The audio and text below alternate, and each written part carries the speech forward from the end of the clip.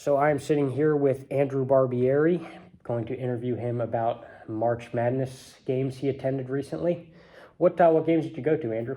Well, 2 weeks ago, I went to UConn versus St. Mary's and Miami versus Indiana and Albany. And then last week, I went to FAU versus Kansas. Where were those games at? The first two were in Albany. The last one was in Madison Square Garden. And why did you want to go to those games? Well, I love basketball. I love the NCAA tournament. So, I mean, why not? They were close to where I live, so I went. Okay, and what was the environment like at either one of the games? The environment at the Garden was amazing because it was full of purple for Kansas State and red for Florida Atlantic, and they were going crazy all game. Did you enjoy going to the games? Certainly. What was some of the moments that stuck out to you? At the end, when they all celebrated and they had the ticket punched thing, Florida Atlantic had it when they won because they went to the Final Four and they got to cut the nets down, and that was pretty cool to see the team, pretty small team go to the Final Four next week. I know this is kind of overthinking maybe a little bit, but just how would you, when you look back on those games, what do you think of the whole experience? I just think about going with my dad and, spending some time with him because, I'm always at school. So whenever I get to, do something with my dad, it's pretty cool. That's what I first think about. And of course, I think about how it's kind of a part of history. I got to see Florida Atlantic go to the Final Four for the first time ever. Yeah, I'm still a little irritated with March Madness, but it's okay. It's okay. Were you rooting for any team in particular? I kind of was rooting for Kansas State because of Marquise Noel, their point guard, but I wasn't really opposed to seeing Florida Atlantic win either. And were there in-game moments that stand out to you at all? Yeah, there was one play where Kansas State had a wide open layup and the guy missed it, and Florida Atlantic was down 6 with like 6 minutes left, and they came back and won. And also, Kansas State did not get a shot off when they were down 3 at the end of the game. Oh, that's right. I was watching that. That was so funny and so bad. Yep. You weren't rooting for Kansas State, though, right? No, I said I was. Oh, but I was kind of indifferent. I was like, you were rooting for Noel. Yeah. Oh, so it was okay. Yeah. You're just... Was there, like how are the other fans in the environment? The section I was in was like Kansas State behind us, Florida Atlantic in front of us, and they're pretty respectful to each other. So Dubs.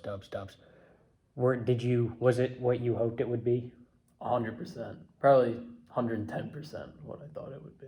Dude, that's awesome. Yeah. I really wish I could have gone to those games. Yeah, man, it's fun. Whenever you get the chance, you got.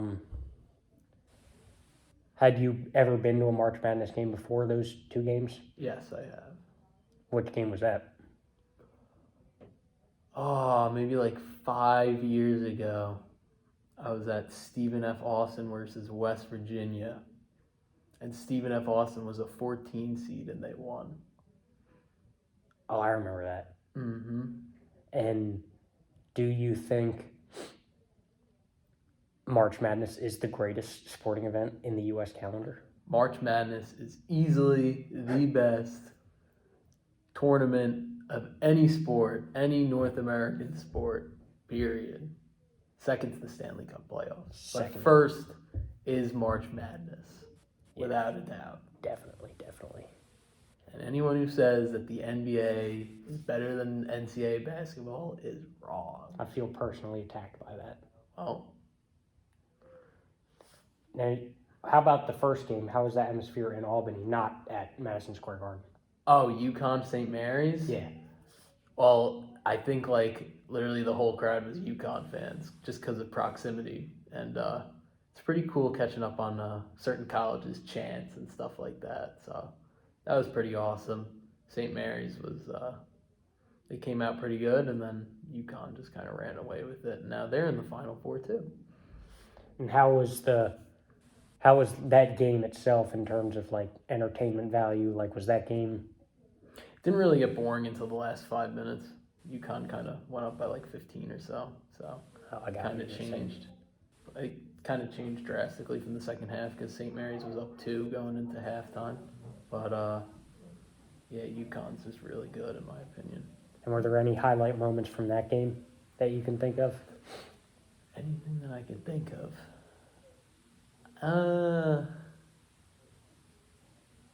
No. Again, it was just, you know what I can actually think of was the venue. MVP Arena in Albany was awful. It was awful? Yes. Tell me about that. It was awful. There were 3 things that you could eat. There was like pretzels, hot dogs, and chicken fingers. That was it. And the leg space you had was terrible. And I'm not even that tall, but you couldn't move your legs. And the person next to you, you were shoulder to shoulder with. And it was kind of annoying because when you get next to someone loud, it's like, be quiet. Loud UConn fans? Yeah, loud UConn fans. But the Miami-Indiana game was fun. A lot of points. So And that was at, that was the second game of the Albany. oh, so you were at both games. Yeah, and Miami's also in the Final Four. So I saw 3 of the 4 Final Four teams. Yeah, you should have saw 2 out of the 4. Yeah. It should be Texas Yeah, over Texas. Miami. So how was the second game? Like, what moments stand out from that? Well, I was really looking forward to the second game. Not to discount UConn, but I want to see Miami with Isaiah Wong and Trace Jackson Davis for Indiana. That was the matchup I was going into. While my dad loves basketball or the NCAA tournament, he doesn't know much about the players. So I was like, Dad, you got to watch out for number 2 on Miami and number 23 on Indiana. He was like, okay. And yeah, they were both the leading scorers. Miami went on a crazy run in the second half, and they won the game. But I like there was a lot of scoring in the game. Nice. And how was, not looking at the game, how was, in comparison to, I guess, the Albany Arena, how was Madison Square Garden? Well, I mean, it's like, you know, everybody knows what the Garden is. So, I mean, it lives up to its name. Like, you have space. It's awesome. The structure of it looks really cool. Yeah, I've never been there, so Yeah. you got to tell me about it, because I have never seen it in person. Well, first off, it's really easy to access because there's a train station right underneath it. And you go upstairs and you kind of like, once you walk in, you kind of like feel the, you know, like, wow, I'm at the world's greatest arena. The history The of most famous arena, yeah. choking in the playoffs. When you, no, I mean, yeah, but don't have to say that. I mean, there's not many wins won by the home team on that court, but, you know. No, I'm just messing with you. The museum, there's in the 100 section, there's a museum, and it goes over the whole span of every single date on the calendar. Something famous happened at the Garden. So like January 1st, there was, you know, some concert or something. Then, you know, just go to the end of the line. And my favorite one is they have a really big one for when John Starks dunked on Michael Jordan. He didn't really dunk on Michael Jordan, but So every day in the calendar had something every day. on it? Yeah.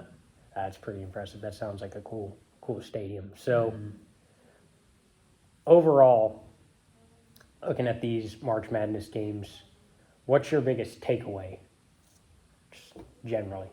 I mean, just the environment. It's like, you know, that's somewhere you want to be if you're a sports fan. You want to, you know, soak it all in. It's kind of like the Stanley Cup playoffs. It's loud, and, you know, you could feel the intensity. You can feel the intensity on the court. You know, those kids, they play every possession, no matter what, till the final, you know, final whistle. And I think that's something that's lost in the NBA is the defense. And when you watch March Madness, you're like, damn, these guys are going hard. So who's your pick to win March Madness then? Probably UConn. Yeah, you know, actually, I'll just say whoever wins the Miami-UConn game. You don't think FAU or San Diego SDSU? State.